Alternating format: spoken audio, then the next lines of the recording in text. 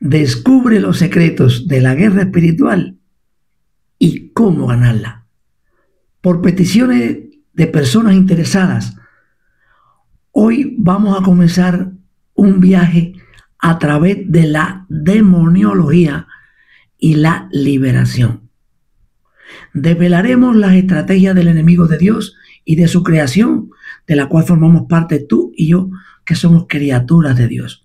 Y también develaremos las claves para una liberación total y efectiva.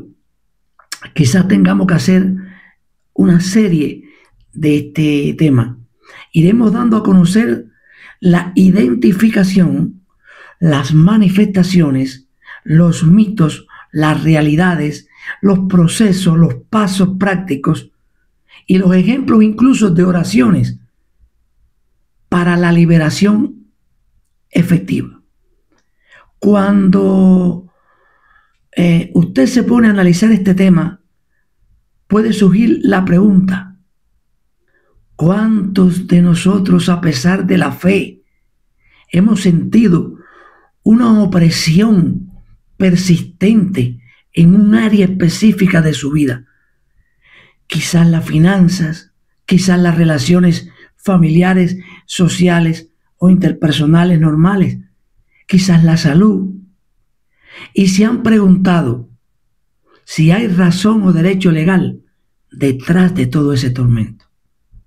Es posible que la lucha más grande que enfrentamos no sea una batalla de fuerza bruta, sino una batalla legal en las cortes espirituales, donde el enemigo presenta cargos válidos contra usted basado en propia desobediencia a Dios. En la propia desobediencia que hemos tenido ante Dios son los elementos que el diablo ha obtenido para acusarte. Entonces, si el diablo opera con un derecho legal debido a nuestras faltas, ¿qué tan inconscientes somos de las puertas que abrimos cada vez que elegimos nuestra voluntad sobre la de Dios? ¿Qué sentirías si te dijera que esa cadena que no puedes romper, que esa presión que no puedes quitarte, no es solo un mal hábito, sino una sentencia dictada por un derecho legal que tú mismo le has dado a tu adversario? ¿Recuerdas algún momento en que la vida era un caos absoluto? La pregunta que liberó no fue ¿por qué Dios permite esto o por qué Dios permite aquello?, sino ¿qué derecho legal se le ha dado al enemigo para estar aquí afectando mi vida, afectando mi familia, afectando la finanza, afectando cualquier otra área de tu vida? Recordemos las palabras de Einstein cuando dijo: Dios no hizo el mal es la ausencia de Dios en el corazón de los hombres. Todos sabemos que vinimos a este mundo y que este es un mundo natural, pero que está gobernado y que está influenciado por un mundo espiritual. Las acciones de las personas son la influencia de los espíritus que están influenciando sus vidas. Ese mundo espiritual se divide en dos reinos que son totalmente diferentes: el reino de Dios y el reino de las tinieblas, donde también existen diferentes jerarquías, diferentes propósitos. Y entonces el reino de las tinieblas, como tiene propósitos diferentes, su objetivo es matar, hurtar, es decir, robar y destruir. Por consiguiente, lo que persigue el diablo es matarte las ilusiones, matarte las esperanzas, matarte los deseos de vivir, robarte tus sueños, robarte tu paz, robarte tus proyectos de vida, robarte a tu familia, robarte a tu matrimonio, robarse tus fuerzas. ¿Para qué? Para destruir tu vida y la de tu familia. ¿Por qué? Porque tú eres creación de Dios. Y todo lo que es de Dios es opuesto, es enemigo, es contrario a lo del diablo. Y el reino de Dios tiene también un propósito. ¿Cuál es el propósito del reino de Dios? Salvar al ser humano y darle vida y vida en abundancia. Bendecirnos con la bendición que enriquece y no añade tristeza con ella. No es como la que da el diablo, que te da hoy una cosa y mañana te la cobra. Por eso la demonología que vamos a comenzar a ir estudiando, estudia a los espíritus inmundos, es decir, esos espíritus impuros, con pensamientos, con emociones y con deseos. Pero esos espíritus, como se dice en la palabra, no tienen un cuerpo físico. Jesucristo por eso nos dice en varios textos de la Biblia. Por ejemplo, usted puede buscar en Mateo 10:1, en Marcos 9:1 y también en el capítulo 16, versos del 17 al 18. Y verás que Dios dice Jesús, que a los que creen en Él les ha dado poder, les ha dado autoridad para echar fuera demonios y sanar toda dolencia y toda enfermedad en el nombre de Jesucristo. Recordemos que la autoridad es el derecho legítimo a gobernar, mientras que el poder es la capacidad de gobernar, de hacerlo o de obligar a hacerlo. Por eso la liberación fue una de las partes fundamentales del ministerio de Jesucristo. Por eso encontrarás que el ministerio de liberación que introdujo Jesucristo es la diferencia que separa su ministerio de los otros ministerios que estuvieron antes que él. Por ejemplo, en el Antiguo Testamento se ve que Dios levantó grandes profetas como Elías, que hizo descender lluvia y fuego del cielo. Moisés, que abrió el mar rojo. Pero nunca se vio en el Antiguo Testamento a un hijo de Dios echar fuera demonios. Es Jesucristo quien introduce la liberación y comienza su ministerio echando fuera demonios y liberando cautivos, como había anunciado ya el profeta Isaías. Y ese poder Él se lo transfiere a sus creyentes en su nombre. Los demonios, ¿qué son? Son ángeles caídos, es decir, son espíritus. Por eso en Efesios 6, versículo 12 dice: la lucha de las personas no es contra seres humanos, es decir, no es contra carne y no es contra sangre, sino contra poderes espirituales malignos, como los principados, que lo vamos a ir explicando en otro momento, las potestades, los gobernadores de las tinieblas y las huestes de maldad que operan en el ámbito espiritual. Por eso, tu enemigo no es tu vecino, no es tu compañero de trabajo, no es tu ofensor, no es aquel que no te tiene en cuenta, no es aquel que te ha hecho daño, sino el espíritu que está influenciando y que está operando en esa persona para que actúe así contra ti. Los demonios tienen características de personalidad. Y te voy a explicar por qué. Los demonios hablan.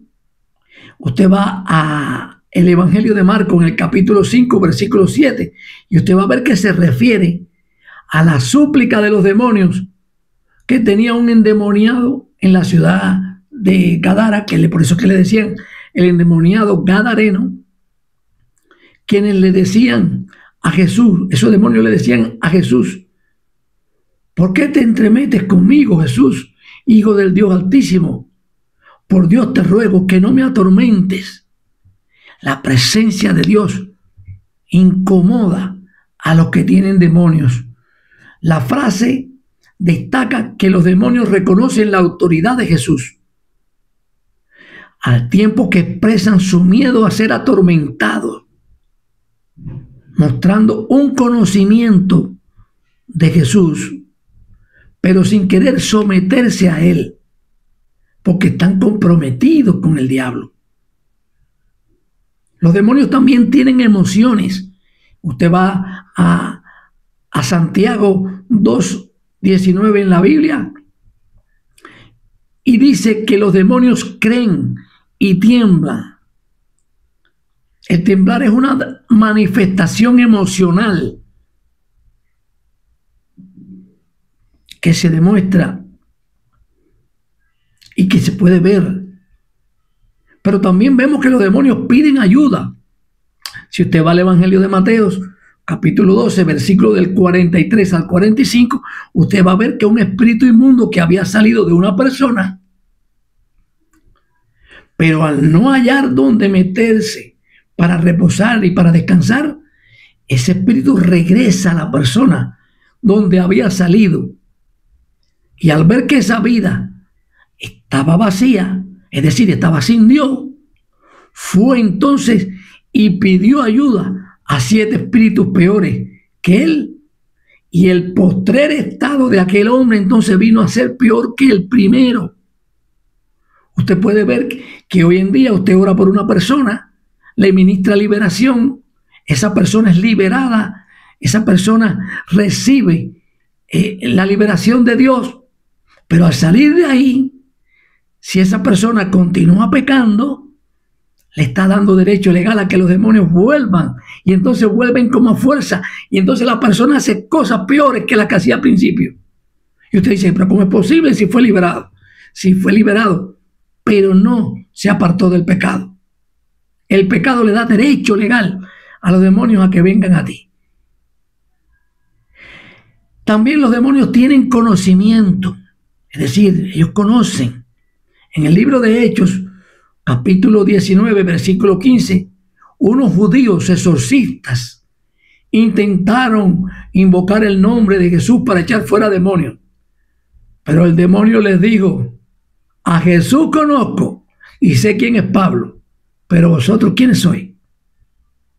Usted primero debe de arrepentirse de sus pecados para ser limpiado por la sangre de Cristo y entregarle toda su vida a Él, para que Jesucristo sea el Señor absoluto de su vida y usted pueda revestirse de su poder. No quiero decir con esto que usted tenga que ser perfecto. Eso es otra cosa. Lo que sí tengo que decirle es que usted debe enfrentar los demonios habiendo sido declarado justo y justificado por Cristo, para que Cristo le respalde. Si no es así, no se someta a echar fuera demonios, porque le van a hacer caso más. No le van a hacer caso ninguno, y más bien lo que le van a hacer es perjudicar a usted. O si no, a usted van a atacar a algunos de los suyos, a su familia. Los demonios conocen a los que tienen autoridad sobre ellos. Dice el versículo 16 que el hombre en quien estaba el espíritu inmundo saltó sobre ellos y los dominó. Pudo más que ellos, de tal manera que ellos tuvieron que huir de aquella casa y tuvieron que huir desnudos, tuvieron que huir heridos. Todas las áreas donde la persona no es obediente a Dios, el diablo la tiene ocupada. ¿Por qué? Porque ha tenido derecho legal a entrar en ella y a dominarla. Habiendo entendido ahora el concepto de la autoridad legal, ¿qué área de tu vida está lista para entregar completamente en obediencia a Dios y revocando, renunciando a todo derecho legal del adversario? Si la obediencia a Dios es el único freno contra el derecho a dominar del enemigo, ¿qué pequeña acción de obediencia te comprometes a empezar a realizar a partir de ahora para reclamar territorio que has perdido, para reclamar amistades que te ha quitado, familias que te ha quitado y muchas cosas más que te ha quitado el enemigo? Se ha identificado que la obediencia a Dios otorga derechos. La pregunta es, ¿qué excusa de las muchas que se escuchan a diario pesa más que el deseo a la libertad total y soberanía divina en la vida? Si no cierras esa puerta legal hoy, mediante el arrepentimiento y la obediencia, ¿qué precio estás dispuesto entonces a pagar mañana para mantener esa área fuera de la cobertura de Dios?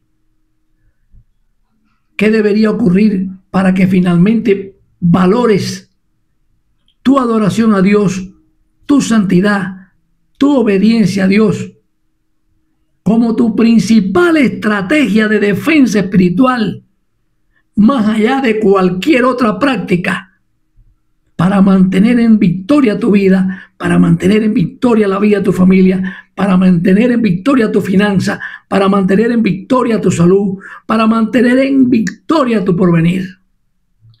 Muchas gracias, que Dios te bendiga.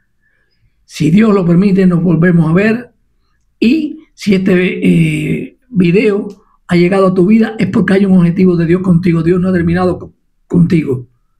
Ponlo en práctica y compártelo. Nos vemos.